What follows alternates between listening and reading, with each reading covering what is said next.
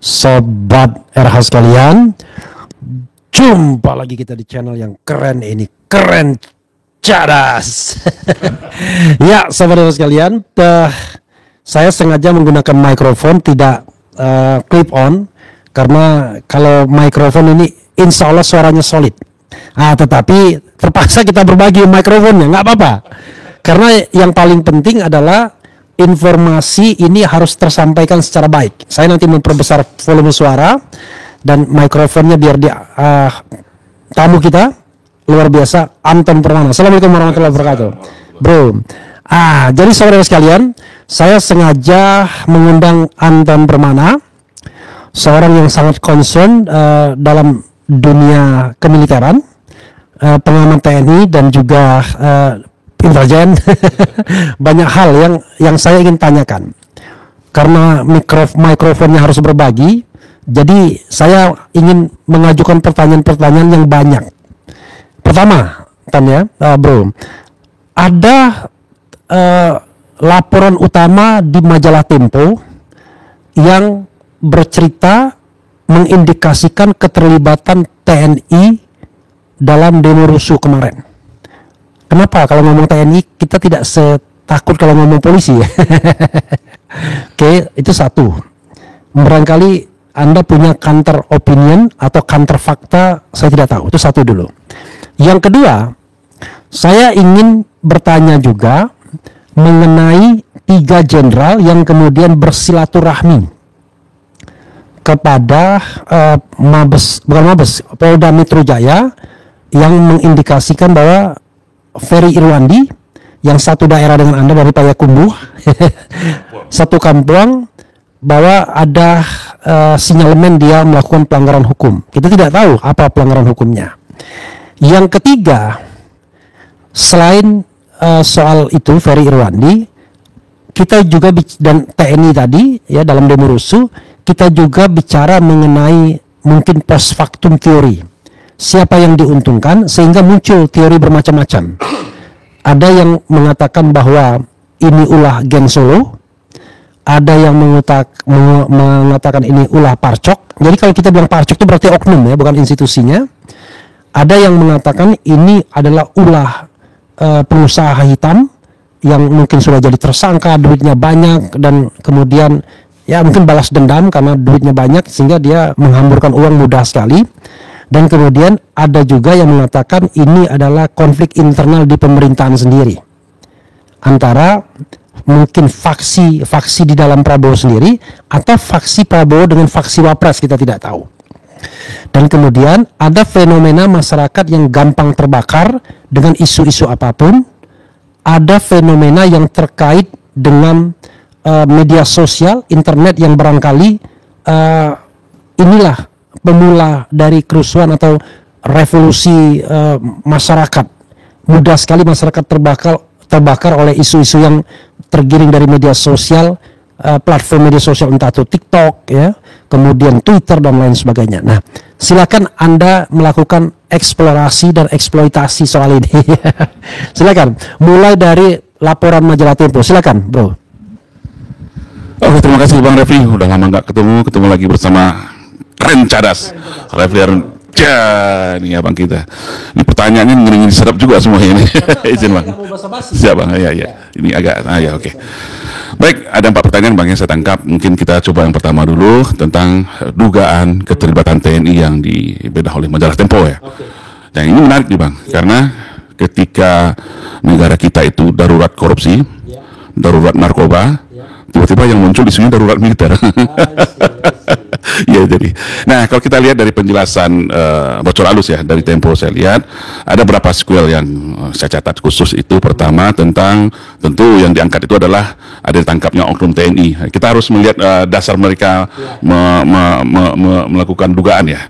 Pertama ditangkapnya anggota BAIS TNI, ditangkapnya anggota TNI yang dari kavaleri, terus ada katanya jenderal yang udah bikin perpu darurat militer, kan seperti itu. Itulah basis-basis data informasi yang kemudian mereka elaborasi sehingga keluarlah tuduhan bahwasanya TNI ada di balik rusuh, kan gitu secara garis besarnya. Jadi gini Bang, sederhana sebenarnya kalau saya melihat apakah itu betul atau tidak, atau terlalu dugaan atau itu sebuah propaganda juga ya. Yang pertama perlu dicatat adalah apa sih untungnya buat TNI? Ciptakan rusuh ya kan, gitu kan. Karena mohon maaf, justru di zaman Pak Prabowo ini TNI itu ya kita buka aja, masyarakat sudah tahu semacam mendapat angin, mendapat privilege khusus ya. Ya banyak kebijakan-kebijakan Pak Prabowo itu justru memperkuat TNI, dalam tanda petik memperkuatnya itu adalah siapapun presiden Indonesia ini dia pasti butuh sebuah kekuatan stabilisator Bang. Nah kita lihat masing-masing presiden kita mempunyai karakter masing-masing ya. Kalau Pak Jokowi dulu kan menggunakan Polri sebagai kekuatan stabilisator keamanan, stabilitas pemerintahannya. Nah mungkin saja saya lihat mungkin ada yang nggak senang atau nggak suka nih dengan kehadiran TNI lagi di panggung pentas kekuasaan gitu kan. Jadi wajar aja ketika ada tuduhan-tuduhan dari pihak-pihak tertentu yang menggiring supaya TNI ini supaya seperti kembali 10 tahun yang lalu tidak hadir di dalam peta kekuasaan, pusaran kekuasaan. Terus yang kedua, kalau hanya berdasar 10 tahun terakhir. 10 tahun terakhir, sorry ya baik. Terus terkait kalau dasar argumentasinya adalah tertangkapnya anggota BAIS, mohon maaf, BAIS kan bagian intelijen. Ketika dia melakukan full bucket pengumpulan bahan keterangan atau data informasi, kalau di TNI itu ada namanya standar akurasi data. Ketika A1 itu dia harus berada di lapangan, Pak. Ya mungkin entah apes, entah apa, entah ini sebuah skenario kita nggak tahu, tiba-tiba dia ketangkap, entah apes ya. Nah, namanya BAIS ini nggak mungkin dia nonton monitor, cuman memang ini juga korektif untuk TNI kita BAISnya. Kenapa kok perwiranya langsung bisa ketahuan kayak gitu? Mungkin itu aja. Tapi menurut saya permasalahan justru kenapa ini diberitakan. Berarti kan BAIS yang di mana? Di Palembang. Nggak BAIS di Jakarta, yang kavaleri yang di Palembang. Kavaleri, ya. Iya, nah ini kan jadi lucunya di situ, makanya kenapa ini diberitakan seperti yang disampaikan oleh Pak Wakil Panglima kita, Pak Tandio. Permasalahannya kenapa diberitakan sehingga menjadi ini komposisi publik. Seharusnya kan biasa, masing-masing institusi itu kan punya intelijen masing-masing, ya supaya mereka mendapat standar akurasi data A1 ya harus hadir di lapangan. Begitu juga yang di kavaleri, kalau kavaleri menurut informasinya memang kebetulan berada di lokasi namanya demo rusuh yang begitu nggak siapa yang tahu arah demo, mungkin dia lagi makan lagi apa segala macam. Kalau hanya dasar itu menyatakan TNI terlibat, menurut saya itu terlalu prematur. Nah, kalau kita sedikit lebih perdalam lagi dasar analisanya, seperti yang saya bilang tadi, apa sih keuntungan buat TNI untuk melakukan rusuh, mau menciptakan darurat militer? Nah, tadi kan seperti di beberapa keterangan podcast sudah saya sampaikan, tidak semudah itu untuk menciptakan darurat militer, menerapkan darurat militer. Pertama, undang-undangnya kita udah ada nggak, undang-undang Kamnas kita? Terus forumnya, lembaganya untuk menentukan itu standar ini, tertib sipil, darurat militer, darurat perang itu apa? Dan terus keuntungan nggak mungkin Prabowo, permintaan Prabowo yang figur militer, lalu menerapkan darurat militer ini sama aja dengan menumpuk air dulang, menjadi bumerang untuk sendirinya sendiri. Nah, mungkin ada isu, ada persaingan internal, itu kan subjektif, subjektif, dan itu kebenarannya ya kita sama-sama tahulah. Untuk bagaimana untuk membuktikannya. Tapi yang jelas yang anehnya Mas, ketika tanggal 25 ke 28 kita lihat bagaimana TNI itu justru dielu-elukan oleh masyarakat. Lihat kan, puji TNI. Justru TNI di Makobrimob Kuitang contohnya, Asinta Kostratnya langsung turun, bisa meredakan masyarakat pendemo, ya. Justru TNI hadir menjadi penengah dan peredam ketika konflik memanas antara aparat keamanan dengan para pendemo, ya. Nah makanya di mana sih korelasi sehingga tiba-tiba saja muncul dugaan bahwasan di balik kursus itu adalah TNI. Jadi menurut saya dasar-dasar yang disampaikan oleh Majalah Tempo atau bocor halus lah apa namanya, menurut saya juga sangat subjektif dan terlalu prematur ketika menuduh TNI. Dan saya yakin Mas, Bang Refli, TNI pasti sangat terluka hatinya itu. Kita lihat sendiri kan, mereka udah begitu dengan apanya turun ke lapangan ya. Bagaimana juga ada yang terluka ya. Ya sampai nggak tidur tuh bermalam-malam para prajurit TNI ini. Tapi ketika ada tuduhan itu, saya yakin prajurit pun masih terluka hatinya oleh tuduhan tersebut. Itu yang pertama, Bang Raffi. Nanti sebelum dijawab yang kedua,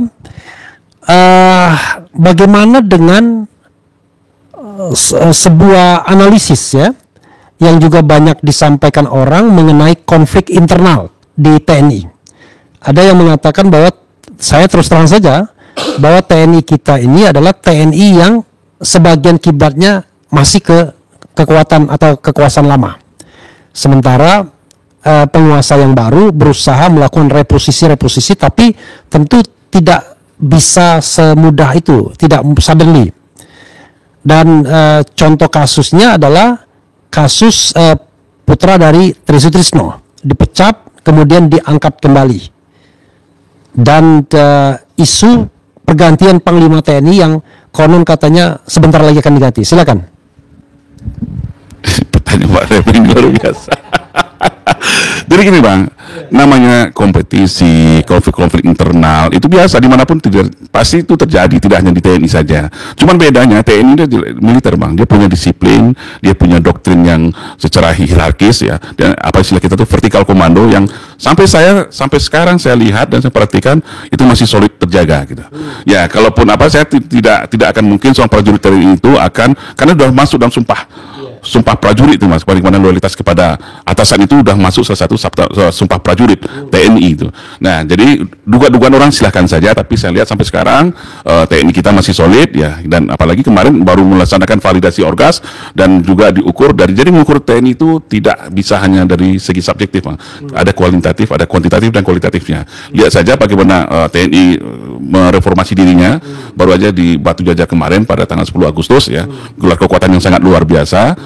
Ketika ada peresmian berapa Panglima Komando Kopassus, Panglima Komando Marinir, kan luar biasa TNI kita, ya TNI kita, dan juga banyak event-event Garuda Asil, dan itu tidak akan bisa sukses kalau tidak ada soliditas di dalam tubuh TNI itu sendiri. Itu menurut pandangan saya. Jadi dugaan ada perpecahan, ada geng Solo, menurut saya juga tidak pasti ada konflik kepentingan di antara internal, itu pasti ada. Tapi sampai mencuat, sampai melangkahi batas-batas profesional seorang TNI, sampai sekarang ini saya belum bisa melihat ke sana. Oke, silakan.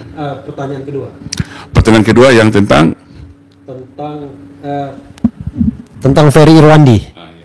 Tapi bisa juga dibalik tentang skenario demo tadi. Silakan saja, mana yang lebih dulu. Semua menarik semua. Jadi tentang saya jawab dengan sebuah teori, Bang. Okay. Jadi ada teori intelijen itu namanya teori ODA, metode ODA. Observasi, orientasi, decision, action. Oke. Kita observasi demo kemarin itu memang tidak, demo kemarin bisa dipastikan itu tidak berdiri sendiri. Okay. Nah, demo kemarin itu banyak ditunggangi oleh kelompok-kelompok yang mempunyai kepentingan dan sasarannya masing-masing. Di podcast sebelum di tempat lain juga sudah saya paparkan. Sebenarnya Bang Refli sudah menyebutkan bahagian-bahagiannya tadi. Mungkin ada kelompok geng Solo, ada Partok, ada kelompok mafia hitam, dan ada kelompok-kelompok civil society yang memang murni menyuarakan. Ada juga elit-elit pemerintahan yang merasa tergusur, takut, dia ikut juga bermain. Segala kemungkinan itu bisa terjadi. Cuman secara teori intelijen mengukurnya sederhana aja. Pertama kita observasi dulu. Yang turun di demo kemarin adalah komponennya adalah pertama adalah mahasiswa, kelompok ojol, nah, terus ada anak SMK, buruh juga, walaupun hanya 3,5 jam. Nah, ini berita Kompas TV ini, 3,5 jam. Terus ada lagi anarko, pasukan-pasukan perusuh, terus ada kelompok-kelompok lain lagi. Nah, kalau kita lihat observasi dari situ, Bang, nah kita sebenarnya bisa men-tracking siapa sih di balik belakang mereka. Tapi ini observasi dulu, kita berbicara tahapan teori dulu. Setelah kita lihat observasi siapa yang demo, nah kita akan tahu siapa cantolan di atasnya, terus kita lihat orientasinya. Orientasi di situ siapa yang diuntungkan dan siapa yang dirugikan. Betul nggak? Nah, yang dirugikan otomatis ya legitimasi terhadap permintaan Prabowo dong. Dan juga bisa juga kepada pejabat-pejabat yang menjabat sekarang, misalnya ganti Kapolri, tentu dari sudut pandang Kapolri juga merugikan Pak Kapolrinya gitu. Nah, dari siapa yang diuntungkan, siapa yang dirugikan. Nah, siapa yang diuntungkan dari situ, otomatis ya siapa yang berseberangan dengan mereka. Betul nggak? Nah, tapi di sini kita juga tidak bisa menafikan, memang ada kelompok genuine, kelompok civil society yang memang sudah marah terhadap kondisi masyarakat, kondisi atas beberapa kebijakan-kebijakan pemerintah, dan juga ditambah lagi dengan perilaku kebijakan para pembantunya presiden nih. Nah, ini semuanya terakumulasi. Kita lihat. Nah, setelah kita lihat siapa yang diuntungkan, siapa yang dirugikan dari demo itu, baru decision. Siapa kira-kira yang punya kemampuan untuk menggerakkan mereka? Nah, siapa yang punya dana, otomatis logistik ya, mempunyai jaringan, dan juga mempunyai semacam, kan istilah Bang Rejasa yang saya itu di demo kemarin jelas sekali terlihat. Ini pendananya, ini penggerak masanya, dan ini pengamanannya. Ya, ini pendananya. Nah, ini metodenya banyak. Ada yang cash by cash langsung, ya seperti yang juga kita lihat di beberapa video-video di sosial media. Ada juga yang unik ini menggunakan teknologi sosial media, live TikTok misalnya, live TikTok dengan live streaming. Ya, kita lihat berapa ratusan bahkan ribuan akun memberikan gift kepada akun-akun tertentu yang ketika di tracking itu ternyata dari akun-akun judol. Ini kan metode baru nih bang. Ini harus orang yang TikTok itu tidak sadar. Nah, orang TikTok boleh sadar tidak sadar kita kan nggak tahu nih. Yang penting dengan live streaming dia terinterconnecting, orang mau tahu ini memang real time. Nah, salah satu kelemahan sosial media. Saya disclaimer dulu. Untung saya tidak TikTok pada saat itu dan bahkan tidak live YouTube juga. Kita hanya mengambil potongan-potongan YouTube dari yang beredar di media sosial. Silakan. Ya artinya bang, dari pola gerakan ini sebenarnya terconnecting dan terintegrasi dong akhirnya dengan streaming. Pertama itu adalah kodifikasi kepada kelompok-kelompok penggerak massa ini, supaya membedakan ini yang real time, ini yang berita ulangan. Nah dari live streaming ini, TikTok ini dia akan terjawab. Ditambah lagi metode pendanaannya dari sana. Nah pengamanan yang saya maksud ini, kok yang jadi korban tuh adalah para pendemo, seharusnya yang jadi korban ditangkap tuh para perusuh. Lihat aja persentasenya kan. Ya persentasenya ini kan dari situ kita bisa melihat ini dilakukan sangat sistematis, ya, masif dan terorganisir nih. Jadi kalau dalam perspektif intelijen kita lihat gerakan demo kemarin itu tidak berdiri sendiri dan memang banyak kelompok-kelompok yang bermain di sana. Artinya di sini adalah permainan demonstrasi kemarin adalah pertarungan palagan atau pertempuran pada kelompok-kelompok tertentu dengan sasaran tujuannya masing-masing. Mungkin ada tujuannya untuk menggoyang pemerintahan, atau juga memberikan gertakan atau deterrent efek, atau juga bisa menggembosi, atau bisa juga agenda, banyak hal yang bisa kita ambil dari hasil demo tadi. Nah, cuman masalahnya sekarang adalah kita sering larut menggali siapa dalangnya. Jarang kita substansinya apa sih dari demonstrasi ini. Nah, kalau garis besar yang saya lihat kemarin, demonstrasi yang dilakukan oleh para perusuh yang turun anarko, anak SMK segala macam itu adalah pola destruktif. Pola destruktif tujuannya adalah untuk membiaskan, untuk mengalihkan dari isu yang substansi. Nah, ini nampak kali ini bang ya. Pertama, gerakan demo yang genuine itu saya lihat adalah adil Jokowi, ganti Kapolri, dan yang Maksulkan Gibran, dan banyak lagi tentang BPJS, pajak. Tapi tiba-tiba di pertengahan langsung berubah. Apalagi yang 17+8 ini, dari mana munculnya ini kan? Tiba-tiba berubah, TNI balik ke barak, bubarkan DPR ini kan, meluas kemana-mana. Ini kita lihatin rangkaian ini kan luar biasa. Makanya saya lihat akhirnya orang terpecah, konsentrasi orang terpecah, orang sibuk membahas rusuh, siapa yang korban, siapa dalangnya. Substansi dari demo itu sampai sekarang bias. Ya, nah inilah pola destruktif dalam yang dilakukan oleh para perusuh yang pasti digerakkan oleh sebuah invisible hand yang terorganisir, sehingga substansi demo yang seharusnya disuarakan masyarakat untuk bagaimana pemerintah didengar oleh pemerintah akhirnya menjadi bias. Nah, kita lihat juga respon dari pemerintah juga anti klimaks menurut saya. Ya anti klimaks yang dituduh pada makar terorisme, apa hubungannya? Nah, apalagi ketika ini kritikan nih buat Pak Prabowo yang dijenguk itu adalah polisi yang sampai dikasih pangkat luar biasa. Nah, ini kan sangat menyakiti hati masyarakat nih, Mas. Sedangkan polisi adalah menggebukin masyarakat yang demo nih, iya kan? Kecuali perusuh pengacau digebukin nggak masalah, ya masalah tanda petik karena dia memang melakukan tindakan kriminal. Tapi inilah para pendemo murni sampai yang meninggal 8 orang. Nah itu saya lihat. Nah jadi dalam perspektif intelijen kalau kita lihat, nah baru yang terakhir, udah observasi organisasi decision siapa yang mempunyai kemampuan itu baru aktornya. Nah dia tarik benang-benangnya. Siapa yang punya kepentingan di sini? Nah apakah kita perlu bawa di sini? Yang artinya di sini sebenarnya adalah pertarungan. Tentu, ya kan, secara post factum kan kita bisa melihat, ya. Tapi sebelumnya juga kita juga bisa menduga siapa yang punya kepentingan dan kemudian apakah kepentingan tersebut bisa didesakkan,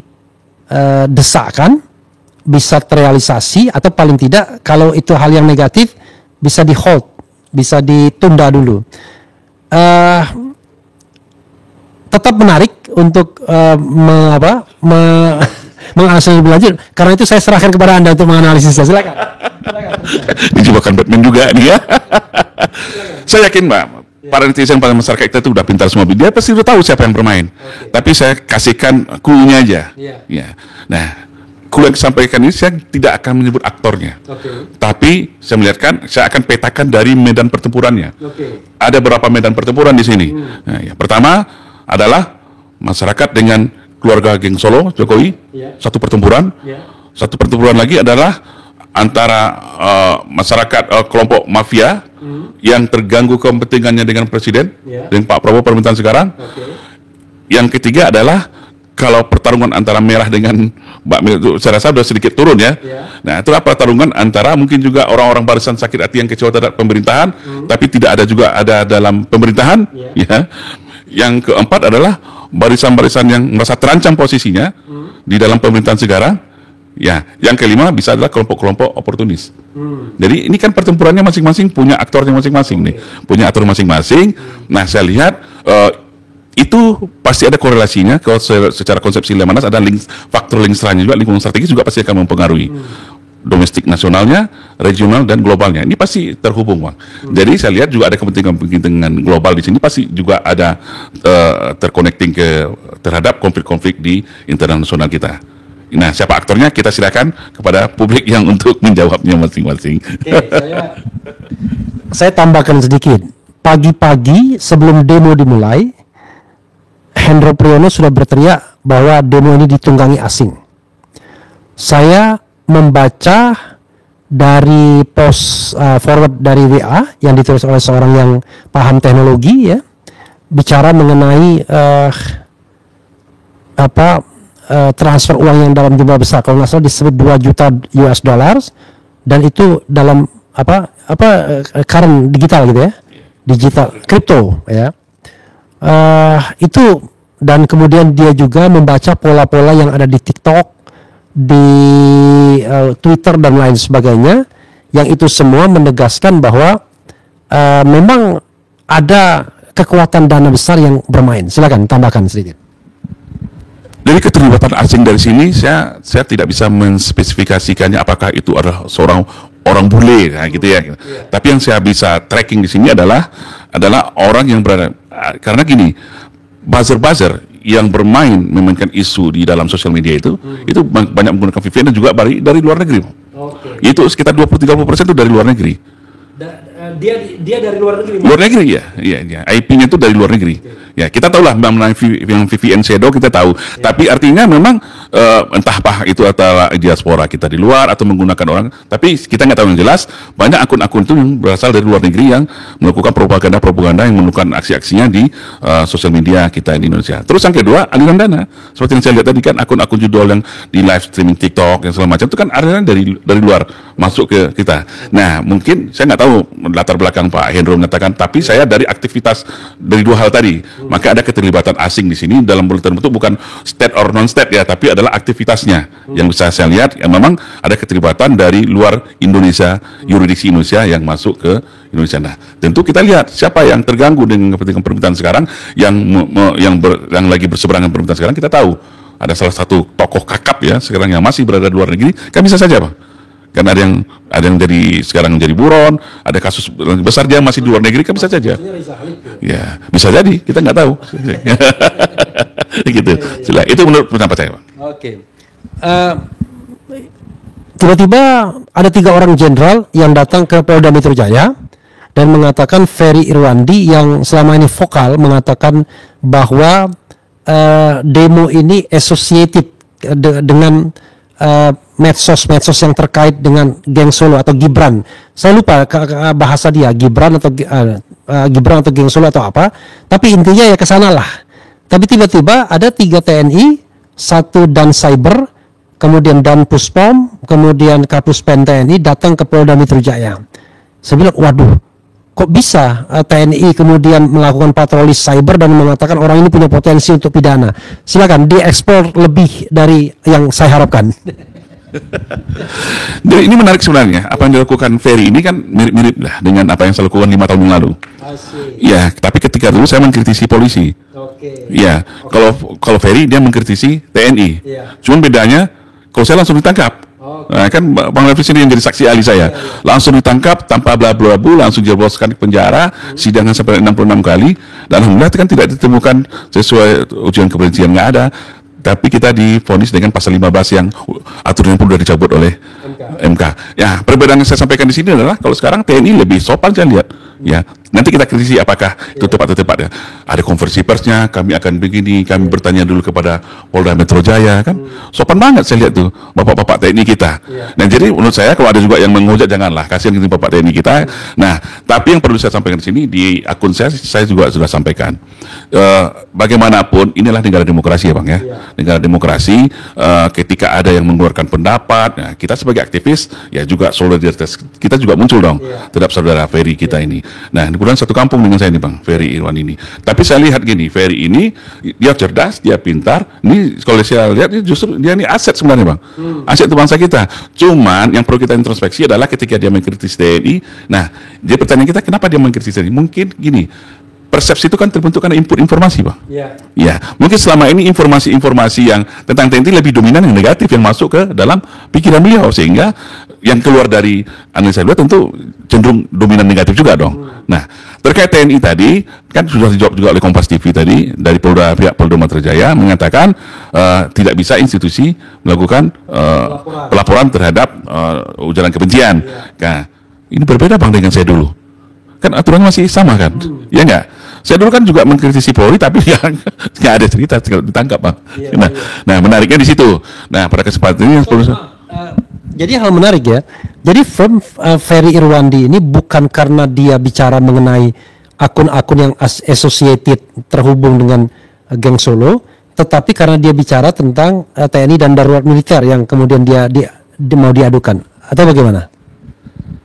Secara spesifik pihak TNI tidak ada mengungkapkan kepada publik, kan kita nggak tahu, kita jadi juga nggak tahu Bang bagian mananya, apakah itu komentar, status atau apa yang menyatakan sehingga TNI merasa dihinakan atau merasa digitukan. Kita juga kan nggak tahu nih Bang, karena juga pihak TNI juga tidak mempublishnya. Tapi menurut saya sebenarnya yang dilakukan oleh Bapak TNI kita, kalau saya bisa boleh memberikan saran Bang, dalam dunia hukum itu kan ada restoratif justice Bang. Iya, seharusnya kan itu dulu yang dikedepankan. Jangan langsung penindakan hukum. Kita kan negara demokrasi. Dan posisikanlah seorang Ferry ini adalah seorang anak bangsa, ya. Dia menyuarakan pendapatnya, ya. Kalau dia memang berbeda atau cenderung negatif atau dalam tanda salah sekalipun, disinilah seharusnya Bapak pihak TNI atau pihak institusi manapun lah ajak dialog, ajak berdiskusi. Ya, karena gini, informasi timbal balik begitu ya. Ya, timbal balik. Jadi gini, jangan selalu menganggap orang ketika melakukan kritikan, protes itu adalah berdasarkan ini kebencian. Bukan, justru kita melakukan kritikan itu karena kita cinta, karena kita peduli. Ya, tidak semuanya, kecuali para buzzer ya. Kecuali para buzzer bayaran gitu itu memang polemik bangsa kita sekarang adalah demokrasi kita dirusak oleh para buzzer ini. Tapi untuk masalah Ferry itu ketemu salah satu contohnya. Contohnya, ya, lihatlah akun-akun kita rusak. Nah, buzzer ini apalagi tujuannya kalau tidak membolak-balikkan fakta. Kalau nggak apa guna dia kan? Nah, saya lihat untuk masalah Ferry Irwan ini, kalau sudah dijawab Polda Metro Jaya, kita tunggu nih jawab sebagaimana dari pihak Mabes TNI. Kalau saran saya lebih baik restorasi justice, adakan dialog, kita diskusi, ya mana tahu ada informasi-informasi yang masuk ke dalam perspektif yang ditangkap perspektif seorang Ferry Irwandi ini mungkin yang dominan, yang negatif tadi. Nah, justru ini juga menjadi PR nih untuk Bapak TNI kita, Gen Z kita ini berarti memang kurang literasi, kurang referensi. Nah, kayak sana lihat juga masalah darurat militer kita bilang tadi kan, mudahnya mereka termakan dengan isu-isu itu. Berarti kan ada kelemahan literasi referensi, padahal tidak semudah itu menerapkan darurat militer Bang, sangat tidak mudah. Lama itu Bang. Dan itu pasti melalui persetujuan DPR ini, dan ada dasar-dasar tidak semudah yang kita bayangkan. Begitu menurut saya Bang. Oke, sekarang kita bicara mengenai, ada tambahan sedikit, sorry. Bagaimana dengan Del Pedro Marhain? Tiba-tiba anak muda yang baru lulus S1, 2, atau 3 tahun yang lalu, yang pernah menantang Ade Armando debat, itu ditangkap juga. Dia adalah memimpin NGO yang didirikan Hari Azhar, Lokataru. Saya tahu dia adalah seorang pendemo, kemudian memang betul-betul mengatakan bahwa mengkritik kekuasaan itu wajib hukumnya, kredo dia. Tetapi kalau dia dibilang dalang demo rusuh, rasanya terlalu berlebihan. Kalau cuma lempar-lempar batu sedikit tiba-tiba dibilang dalang, atau bikin-bikin status sedikit dibilang dalang, wah gawat sekali. Termasuk Laras pegawai sekretariat ASEAN yang tidak saja ditangkap tapi juga diberhentikan langsung. Silakan Anda lihat, jangan sampai kemudian masyarakat sipil yang jadi korban, sementara dalang yang sesungguhnya itu melenggang begitu saja. Silakan. Makanya Bang, saya sangat mendukung ketika Bang Saganda dan beberapa teman-teman lain untuk membentuk tim pencari fakta, Bang. Itu sangat penting. Karena apa? Saya juga dituduh dalang dari demo Ciptaker dulu sehingga rusuh. Sampai berapa kota kan? Hebat kali kita, Bang. Hebat kali kita. Maka saya bilang, sengaja saya paparkan tadi metode intelijen untuk menganalisis sebuah gerakan itu seperti apa. Di sesi kemampuan, siapa yang punya kemampuan? Tentu dia punya kemampuan logistik yang luar biasa, jaringan yang hebat. Mohon maaf, bukan merendahkan, Bang. Nggak mungkin seorang Del Pedro yang bisa menjadi dalang seluruh daman luar biasa. Ada berapa kelompok-kelompok besar. Nah, yang saya takutkan, dan ini bisa patut diduga nih, Bang. Ya, bapak-bapak ini selamat, yang penting ada dalangnya. Bisa terjawab tuh laporan ke atasan kan ini, Bang. Demo ada, kalau nggak ada dalang siapa demo nih? Apa laporannya, Bang? Nah, ini yang saya takutkan, yang laras. Nggak mungkin selevel mereka menggerakkan demo itu. Makanya semoga nih Pak Presiden dengar, nih Pak Presiden Prabowo dengar yang katanya seorang demokratik, ya. Saya yakin Pak Prabowo kalau dengar pasti akan tidak setuju dengan tindakan para anak buahnya ini asal tangkap gitu. Bentuk tim pencari fakta biar tidak berdasarkan asumsi, kirologi dan cocologi, Bang. Nah, ini kita udah terlalu banyak masyarakat kita yang jadi korban. Saya juga korban 5 tahun yang lalu. Ya, kita itu pendemo. Padahal ini pasti ada pendemo-pendemo invisible hand. Ya siapa lagi kalau nggak para raksasa-raksasa itu yang memulai jaringannya, punya pendanaan besar untuk menggerakkan ini. Para elit politik yang punya kepentingan tertentu. Kok yang di bawah ini jadikan korban? Nah, itu menurut pendapat saya, bentuk tim pencari fakta. Ya, libatkan seluruh elemen, jangan polisi lagi, Bang. Jangan polisi lagi, ya polisi itu lagi hasilnya, mohon maaf. Ya, kita udah terlalu trauma dengan polisi kita. Ya, ini kejadian Sambo, tadi mana banyak lah kejadian lain. Memang harus elemen-elemen yang profesional, memang terpercaya sehingga terjawab siapa sih dalang sebenarnya dalam rusuh yang kemarin. Dan kalau kita bicara tim pencari fakta ini, Anda setuju yang membentuk presiden atau DPR untuk menyuci dosanya begitu? Kan bisa dua-duanya. Ya menurut saya harus presiden. Ya harus presiden, Bang. Ya sistem kita presidensial, Bang. Karena kalau presiden dia akan bisa langsung mengambil tindakan-tindakan yang memang yang terukur. Kalau DPR kan laporkan lagi, harus lapor presiden lagi. Muter-muter kapan selesainya. Dan DPR kan lembaga politik, Bang. Ya gitu. Masuk lagi kita terjebak dalam kepentingan politik tertentu di situ. Nah, maka saya karena yang paling terimbas dari demo kemarin adalah presiden. Jadi presiden di sini harus juga menjawab kepada dunia internasional supaya ada kepercayaan dunia internasional yang kita lagi disorot nih, Bang, tentang pendekatan demokrasi kita, tentang represif kita, ya, dengan asal tuduh, memang supaya menjawab kepercayaan dunia internasional itu presiden harus membentuk tim pencari fakta. Oke, tapi tim pencari fakta independen maksudnya ya. Oke. Ini bagian akhir ya. Saya bicara kemudian reshuffle pasca demo rusuh. Ya, walaupun berhubungan atau tidak berhubungan, tapi saya yakin pasti berhubungan. Oke. Prabowo pernah mengatakan tidak akan mereshuffle kabinetnya karena dia puas dengan kinerja menterinya, kan begitu. Sampai kita pun yakin kelihatannya nggak bakal ada reshuffle. Tapi ternyata tidak terlalu jelas anginnya, tiba-tiba reshuffle terjadi, ya kan? Dan yang di reshuffle itu tokoh-tokoh kunci juga. Saya mengatakan paling tidak 2 geng Solo tumbang, yaitu Menpora yang sudah terindikasi terima dana BTS dan dia kembalikan, tetapi tidak diproses, malah diangkat lagi. Kemudian Budi Ari yang sudah terindikasi juga terlibat pada judol ketika menjadi menteri komunikasi dan informasi dulunya, Kominfo. Diangkat lagi jadi menteri yang baru, koperasi. Lalu ada juga yang diberhentikan Budi Gunawan, sosok yang sangat powerful ketika PDIP dan Jokowi masih mesra, dan kemudian surprise diangkat lagi seperti mewakili kepentingan PDIP dan Megawati. Nanti bisa dianalisis. Menteri Keuangan akhirnya diganti juga, padahal Menteri Keuangan dibilang nggak cocok dengan ideologi Prabowo yang sosialis, ya, tetapi ini dianggap neolib.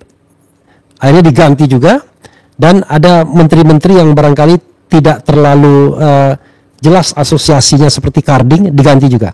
Walaupun nanti pada pertanyaan terakhir saya akan tanya juga mengenai lanjutan reshuffle. Silakan. Yang jelas reshuffle adalah hak prerogatif presiden. Kita harus hormati itu. Tapi ketika seorang Prabowo mengatakan tidak akan ada puas dengan kinerja menteri, kan itu dalam keadaan yang santai bang, stabil. Tapi kan dengan dinamika kemarin, ya suka nggak suka mau tak mau pasti ada hubungannya dengan demo rusuh kemarin. Kalau menurut saya yang justru fundamental itu yang sangat kritikal itu adalah 2 menteri aja bang, yaitu Budi Gunawan dengan Sri Mulyani. Kalau kalau Budi Ari kita udah tahu lah dengan berbagai kasusnya, Karding juga di luar dengan mendomino juga banyaklah catatan-catatan yang lain. Dito juga seperti itu. Justru yang agak menjadi surprise itu adalah menurut saya Budi Gunawan dan Sri Mulyani. Karena ini konsekuensinya juga nggak main-main.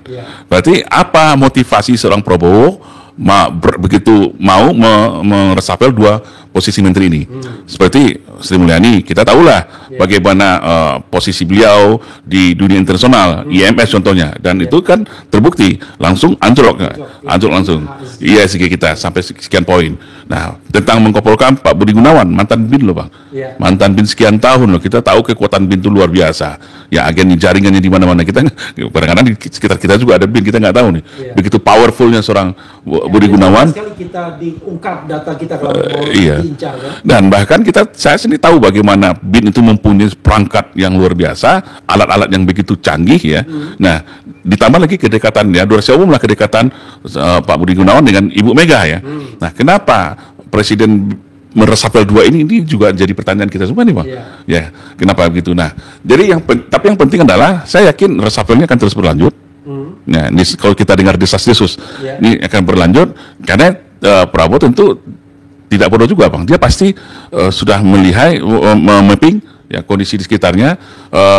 Tapi yang walaupun sebenarnya belum bisa memuaskan masyarakat banyak ini, karena yang anehnya, yang dielu-elukan masyarakat itu kan ada berapa menteri lagi atau jabatan lain lagi seperti Kapolri nih bang, tapi nggak juga diganti-ganti. Bukan dielu-elukan. Didesak, bukan dielu-elukan, sorry maaf, didesak ya. Ini justru konsen saya tuh ke sana bang, karena terbanyak kali akumulasi permasalahan di bangsa ini itu yang itu menurut saya tuh tertumpu kepada posisi Kapolri yang sampai saat ini masih dipegang oleh seorang Sigit Sulistyo. Kenapa sampai sekarang Sigit Listio ya? Kenapa sampai sekarang nggak diganti-ganti? Ini sebuah pertanyaan kita semua lah. Nah, tapi saya yakin Prabowo pasti terus berhitung ya. Mungkin apakah ini menunggu waktu? Kan juga tidak mudah ya. Begitu besar juga pengaruh polisi saat ini. Kita tahu salah satu lembaga institusi yang begitu super power di Indonesia itu adalah polisi. Ya, kekuatan polisi itu luar biasa bang sekarang. Ada seluruh lini. Nah, mungkin itu yang lagi dihitung seorang Prabowo, atau dia belum mendapatkan seorang pengganti yang memberikan keyakinan memang bisa mengamankan posisi pemerintahnya ke depan. Oke, saya ingin pertajam lagi ya. Dalam demo kemarin rusuh, setelah kerusuhan biasanya muncul aktor-aktor kuat dalam pemerintahan. Selain Prabowo sendiri sebagai presiden, muncul Syafri Samsudin yang kelihatan menonjol. Dan sekarang terbukti dia merangkap Menko Polkam ad interim sementara. Saya membayangkan tidak mudah bagi Syafri untuk memilih apakah tetap menjadi Menteri Pertahanan, di mana dia pasti dapat tugas khusus dari Prabowo sebagai mantan Menteri Pertahanan. Tapi jangan lupa Menteri Koordinator itu juga penting karena mengkoordinasi tidak hanya pertahanan tapi juga politik dan keamanan secara umum. Seperti halnya Mahfud MD sangat berperan sekali kan, termasuk membubarkan FPI. Dan selama riot kemarin, kerusuhan kemarin, kita tidak melihat peran Budi Gunawan. Tidak juga press conference, tidak juga mengeluarkan statement, tidak juga mendampingi Prabowo dan lain sebagainya. Yang kita lihat yang mendampingi Prabowo ya kemana-mana ya Teddy aja. Padahal dalam kondisi seperti ini kan harusnya yang mendampingi itu adalah menteri yang terkait. Tambahan lagi, Menteri Hak Asasi Manusia, kemana itu orang? Gak jelas juga. Iya kan? Ya, karena dalam situasi seperti ini kan harusnya yang muncul adalah Menteri Politik Keamanan, Menteri Koordinator Hukum, Menteri Hak Asasi Manusia, kan begitu. Termasuk juga mungkin Menteri Sosial untuk recovery dan lain sebagainya dan lain sebagainya. Nah, terkesan Prabowo sendirian kemarin. Kecuali tadi ada Syafri Samsudin. Bahkan Mr. D, ketahuan Mr. D, itu juga tidak terlalu agresif seperti sebelumnya ketika demo terjadi, mendatangi, membebaskan mahasiswa yang ditahan dan lain sebagainya. Sekarang justru berada pada posisi yang sangat pasif. Silakan dieksplor bagian ini. Atau gini, saya jawab singkat saja Bang ya. Atau tiba-tiba para menteri kita ini berubah marga Bang, menjadi simatupang dia Bang.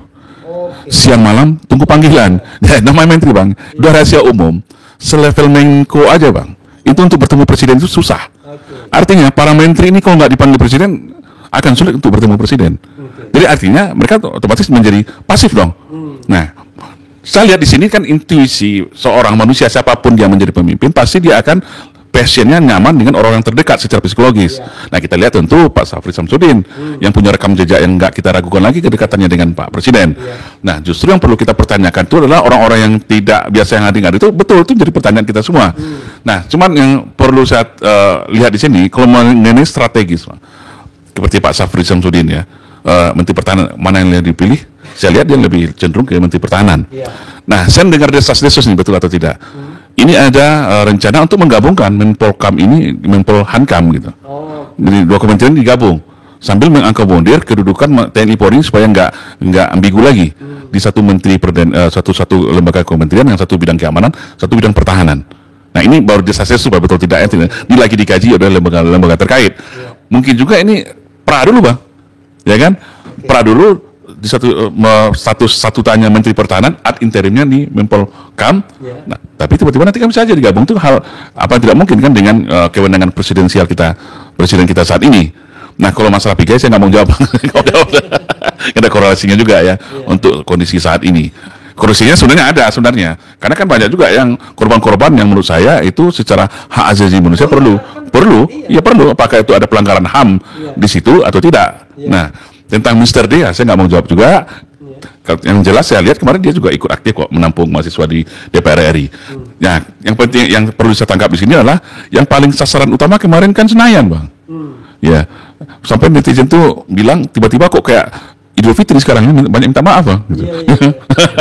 Nah, ini akhirnya sesuatu yang baru juga ya. Walaupun tahun 65 hal seperti ini juga terjadi Bang. Ya, 65 juga terjadi. Serang rumah ini, serang rumah itu dengan tatanan demikian. Tapi ini yang jadi korbannya adalah anggota DPR RI, tapi kan juga anggota DPR RI yang juga punya masalah dengan gaya komunikasinya terhadap masyarakat. Nah, kembali kepada reshuffle tadi, saya lihat ya apapun itu kita harus hormati hak prerogatif presiden. Tentu dia akan menempatkan orang-orang yang bikin dia nyaman, yang memang mendukung roda pemerintahnya ke depan. Oke. Ada dua pertanyaan terakhir ya yang saya ingin sampaikan. Saya balik sedikit. Soal demo kepada DPR. Ada analisis yang mengatakan ini pembalikan isu saja. Kok lucu yang di demo DPR dan masalahnya ecek-ecek, ya kan? Yaitu soal joget-joget dan tunjangan rumah 50 juta. DPRD DKI tunjangannya jauh lebih gede kalau soal perumahan. Walaupun kita tidak bisa mengecilkan soal kesenjangan seperti itu, tetapi kan kalau kita lihat gaya hidup mewah dan lain sebagainya, semua pejabat kita begitu. Ini di tengah sebuah situasi yang membuat kelompok tertentu terpojok sebenarnya. Terpojok dengan isu ijazah palsu, terpojok dengan isu pemakzulan, terpojok dengan isu korupsi kuota haji yang bukan tidak mungkin menyeretnya, terpojok dengan isu korupsi Chromebook Nadiem Makarim, dan tiba-tiba ada pembalikan isu yang luar biasa. Saya kagum intelijennya kelompok ini kalau memang ada upaya untuk membalikan sebuah isu menjadi bukan dia sasaran tembak tetapi bahkan ikut nembak begitu. Silakan. Yang jelas perbedaan yang paling substansi dalam demo kemarin Bang, yang tadi lupa saya sampaikan adalah operasi garis belakang dari aparat hukum itu boleh dikatakan nggak seperti kita dulu Bang. Paham maksudnya ya? Kalau dulu Bang, kita belum bergerak aja udah datang dia Bang. Iya kan? Udah datang, entah dari mana dia tahu. Iya, di marking ini. Nggak bisa keluar, Bang. Iya, ini kok lempeng-lempeng aja kan? Belum lagi di tol yang di blokade sana sini. Ini kok kayak adem-adem aja. Kok kayak lempeng lepas gitu aja. Ini kan sebuah pertanyaan nih Bang. Penjarahan pun kayaknya lempeng. Lempeng. Kenapa ini kok begitu mudah terjadi? Ya Bang. Nah, Berarti apakah ini semacam pembiaran atau ada kesalahan miskomunikasi atau memang ada para komandan di lapangan yang memang jebol? Kita kan nggak tahu nih Bang apa yang terjadi. Nah, tadi sebenarnya ada pertanyaan Bang Rafli yang terakhir yang terkolorasi itu adalah tentang bagaimana masyarakat itu tiba-tiba murah tersulut marahnya. Ya Bang, bagaikan rumput kering yang mudah dibakar. Nah, ini sebenarnya akumulasi Bang. Akumulasi pertama, memang pasca reformasi ini kita kehilangan identitas bangsa kita ini sebenarnya. Nah, itu bisa dilihat dari hilangnya mata pelajaran sejarah. Itu tidak bisa dianggap remeh, Pak. Sejarah itu, PSB itu kan identitas, motivasi, inspirasi terhadap pembentukan karakter sebuah generasi muda, generasi bangsa. Tiba-tiba itu dihilangkan. Nah, belum lagi dikuranginya materi-materi agama yang biasanya ini satu kali sebulan ini era Nadiem nih, ya kan? Nah, padahal ini dua komponen kurikulum yang sangat penting membentuk karakteristik generasi muda kita. Nah, akhirnya jadilah masyarakat itu masyarakat sinetron, masyarakat melodramatik, masyarakat yang labil. Melodramatik yang saya masukkan itu adalah murah marah, murah simpatik, tapi juga murah memaafkan dan melupakan. Ini kan unik ini. Ini fakta yang kita jadikan karena seperti jadi bahan permainan. Iya, jadi masyarakat labil ini akhirnya jadi mainan. Jadi mainan Bang. Nah, dan ini kan juga faktor pengaruh ya, asupan-asupan hiburan, informasi yang jauh kali dari pendidikan terhadap bangsa kita. Nah, itu pertama. Terus yang kedua, kondisi ekonomi kita Bang. Kondisi ekonomi kita memang, waduh, bayangin berapa pengangguran. Bahkan kita lihatlah sopir-sopir ojol pun, driver Gojek pun dari kalangan sarjana. Ya, sampai ada yang sampai membunuh anak sendiri sampai kelaparan. Stunting kita, pengangguran begitu terakumulasi. Nah, tapi tiba-tiba ya, ini dengan sosial media ini kan pengaruh besar Bang. Ketika dia sulit, ketika dia lapar, ketika dia dengan stres, ya nggak ada uang, dilihat. Sedangkan di pemberitaan begitu masifnya tentang hedonisme kehidupan pejabat, dinaikkan gajinya, joget-joget, ya wajar Bang. Masyarakat awam ini sangat mudah untuk memancingnya. Nah, inilah yang dimanfaatkan oleh kelompok-kelompok tertentu, digerakkan ya. Ada ilmunya sebenarnya Bang. Kalau untuk gerakan massa ini ada ilmunya, hipnotic campaign segala macam itu banyak ilmunya. Ini yang dimanfaatkan oleh kelompok-kelompok tertentu untuk menjadi alat untuk mencapai sasarannya masing-masing. Nah, ini menurut saya ke depan sudah saatnya saya lihat Pak Presiden ya mengkonsolidasikan timnya. Seharusnya Bang, dengan kekuatan intelijen kita kan punya BIN, ada beberapa lembaga intelijen kita Bang, kita punya TNI Polri di lapangan. Hal ini sebenarnya harus ada preventive action. Tindakan cegah dini tanggal ini. Ini kok jebol aja di zaman Prabowo ini Bang. Menurut saya, begitu mudahnya masyarakat tersulut dan seperti demo kemarin lah, seharusnya itu menjadi catatan penting untuk pemerintahan Prabowo untuk mengevaluasi dan mengintervensi pemerintahannya ke depan. Saya belum selesai.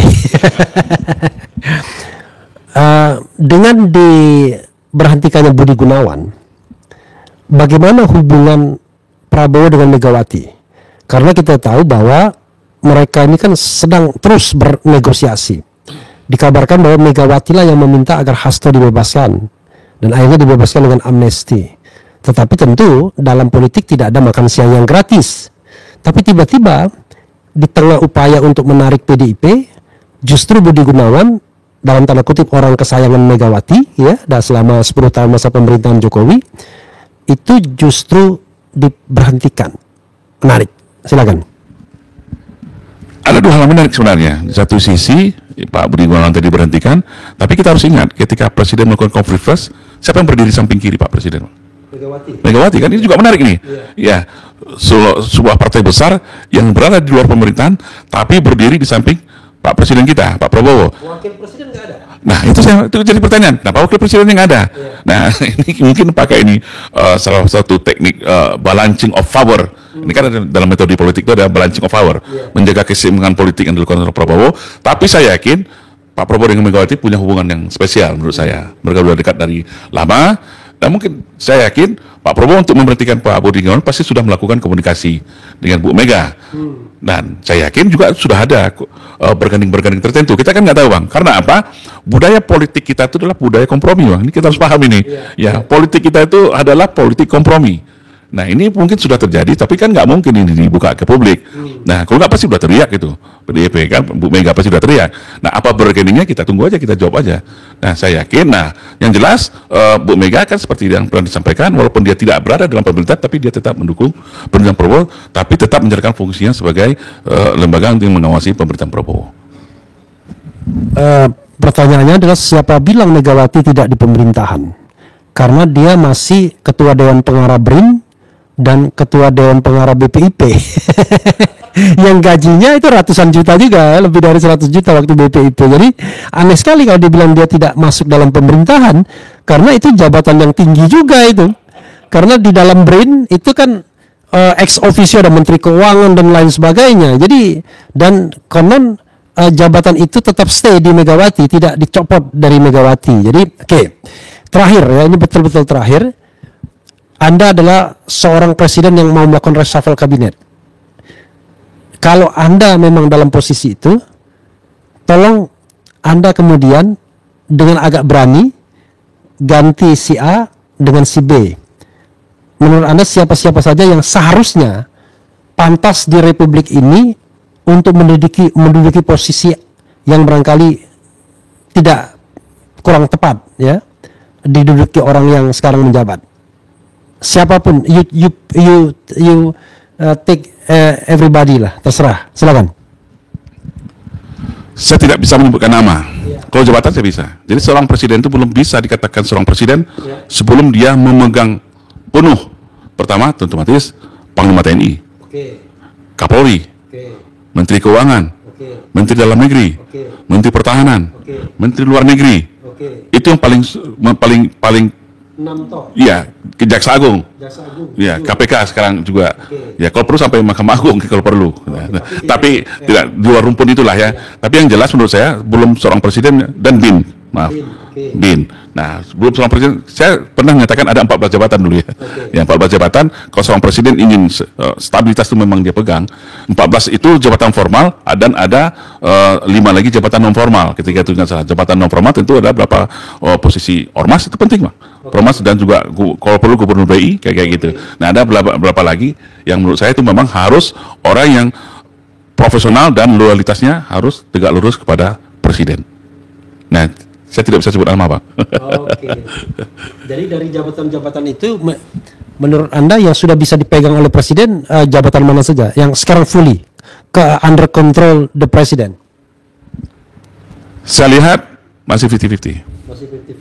Masih 50-50. Saya bisa tidak bisa secara spesifik. Kawan-kawan kita semua, Bang. Janganlah. Bapak itu kawan-kawan kita semua, Bang. 50-50. Ya mungkin ada 60%, 40% lah. 60%, 40% lah. Dari 60% yang sudah dipegang, 40% masih belum. Sudah bertahap, Bang, bertahap, Bang. Karena walaupun bagaimana, Pak Presiden masih, saya lihat masih pekuh pada Bapak yang satu itu. Pekuh ya. Pekuh ini, Abang di Jogja udah lama, saya orang Sumatera nggak biasa. Dengan Bapak yang satu itu, Bang. Oh iya, oke. Bapak yang satu itu kok nggak pernah kita sebut dari tadi ya? Tadi geng Solo kan? Oh, geng Solo ya. Oh, Pak Jokowi maksudnya. Iya. Oh, gitu ya, terima kasih. Jadi saudara sekalian, ya, itulah yang menyebabkan Refli Harun itu selalu ingin menjaga jarak dengan kekuasaan. Karena kalau kita terlalu dekat dengan kekuasaan, maka ada rasa nggak enak kalau kita mengkritik dengan menyebut nama. Tetapi termul-termul, ya kan, para buzzer mengatakan kita ini orang yang nggak laku. Jadi sobat era sekalian, itu perbincangan yang menarik. Tetapi sebelum saya tutup, saya ingin memberikan kesempatan closing statement kepada Bro Anton Permana. Silakan, apa yang ingin Anda sampaikan sebagai sebuah closing statement. Oke, terima kasih Bang Lepi. Yang perlu saya sampaikan di sini adalah tidak mudah untuk memimpin Indonesia nih, Bang. Negara yang begitu besar, ya, penduduk kita hampir 300 juta, 17.000 pulau. Dengan itu luas wilayahnya sekian juta kilometer, ya, apalagi yang paling parah lagi adalah 10 tahun terakhir ini kerusakan negara kita ini hampir di seluruh lini, Bang. Ini kasihan kita dengan Pak Prabowo kita ini, Bang. Ya, saya pernah menganalogikan Pak Prabowo ini ibarat memimpin sebuah kapal besar. Nah, sekarang ini sedang terjadi kebakaran, korsleting, kerusakan di mana-mana. Dia tahu itu dilakukan oleh sabotase orang-orang tertentu, alias ordal maksudnya. Pasti orang dalam sendiri. Nah, dia harus memilih. memadamkan api dulu atau mencari pelakunya. Nah ini kan dinamika dilematisnya di situ, Bang. Kalau sibuk mencari pelakunya, ya ini kapal ini bisa tenggelam. Nah analogi yang saya lihat Pak Prabowo itu lagi melakukan itu secara bertahap, ya nggak bisa simsalabim dalam waktu 10 bulan. Butuh waktu yang lama karena kerusakan kita itu hampir seluruh lini. Kalau bisa saya sampaikan itu dalam konsep 9 itu ada Astagatra namanya, Bang. Trigatra itu dan Pancagatra. Secara ideologi kita nggak jelas nih. Ya katanya Pancasila tapi sangat liberalisme kan. Ekonomi kita lebih liberal lagi. Ya kapitalistiknya gitu kan. Nah secara penegakan hukum, sosial budaya, anak-anak muda kita lebih tahu dengan K-pop daripada bangsa sendiri. Penegakan hukum kita lihat sendiri. Ya siapa yang belum juga ditangkap itu? Sylvester, bandingkan dengan Charlie perlakuan hukumnya kan. Ya. Nah, Charlie Chandra ya, secara ekonomi, secara sumber kekayaan alam kita lihat siapa yang menguasai. Semuanya kita punya, tapi semuanya bukan punya kita. Secara geografis nggak jelas nih penyebaran pesisir utara Jawa kita sudah dikuasai oleh siapa, ya kan? Secara demografis seharusnya kita menikmati bonus demografi, tapi lihatlah nasib para generasi muda kita saat ini. Jadi sangat banyak yang harus diperbaiki oleh Pak Prabowo ke depan. Nah, betul kata Bang Jumur kemarin, seharusnya dia jadi presiden yang ke-7, tapi akhirnya dia menjadi presiden ke-8. Akhirnya beliaulah yang akhirnya memikul seluruh beban kerusakan, mencuci piring, tidak hanya cuci piring sampai rumah-rumah, sampai toiletnya pun dicuci piring. Kasihan dengan Pak Prabowo. Makanya saya kepada masyarakat, kita tidak ada pilihan lain. Ya, mari kita dukung Pak Prabowo, ya, dukung beliau, ya, bagaimana dia menyelesaikan pemerintahan ini sampai 5 tahun ke depan dan bisa melakukan perubahan. Karena saya lihat dari niat baik. Ya, kita lihat niat baik, tapi tentu juga kita minta ke Pak Prabowo juga legowo, berlapang dada, menerima segala masukan, tidak terkooptasi hanya dari informasi dari kelompok-kelompok tertentu. Ini di situ aja saya lihat nih Pak Prabowo nih ke depan rangkul semuanya. Tidak ada nih orang anak abah. Ini negara kita tidak akan maju tanpa persatuan dan kesatuan. Itu dari saya Pak Murki. Oke, sahabat era sekalian, tidak terasa ya perbincangan kita berlangsung mungkin lebih dari 1 jam. Oh benar tuh, saya selalu ada sinyal ya. Begitu 1 jam itu udah mau benar lebih dari 1 jam 1 menit ya. Mudah-mudahan ini bermanfaat. Sekali lagi ya, saya ingin sekali menggali hal-hal yang benar di Republik ini, menyampaikannya sebagai sebuah pembelajaran dan informasi yang kredibel bagi kita semua. Jadi tidak hanya hura-huranya, tapi pembelajaran yang penting. Nanti kita akan saksikan drama-drama reshuffle berikutnya, bagaimana Prabowo Subianto itu menjadi presiden yang sesungguhnya, tidak hanya memadamkan api di kapal besar tersebut, tapi juga menangkap dalang-dalang atau pelaku-pelakunya. Jadi banditnya ditangkap, bandarnya ditangkap, badut-badutnya dinasihati lah kalau badutnya. Karena badut itu ya cuma lucu-lucu aja ya. Ya itu saja saudara sekalian. Wassalamualaikum warahmatullahi wabarakatuh. Keren cadas.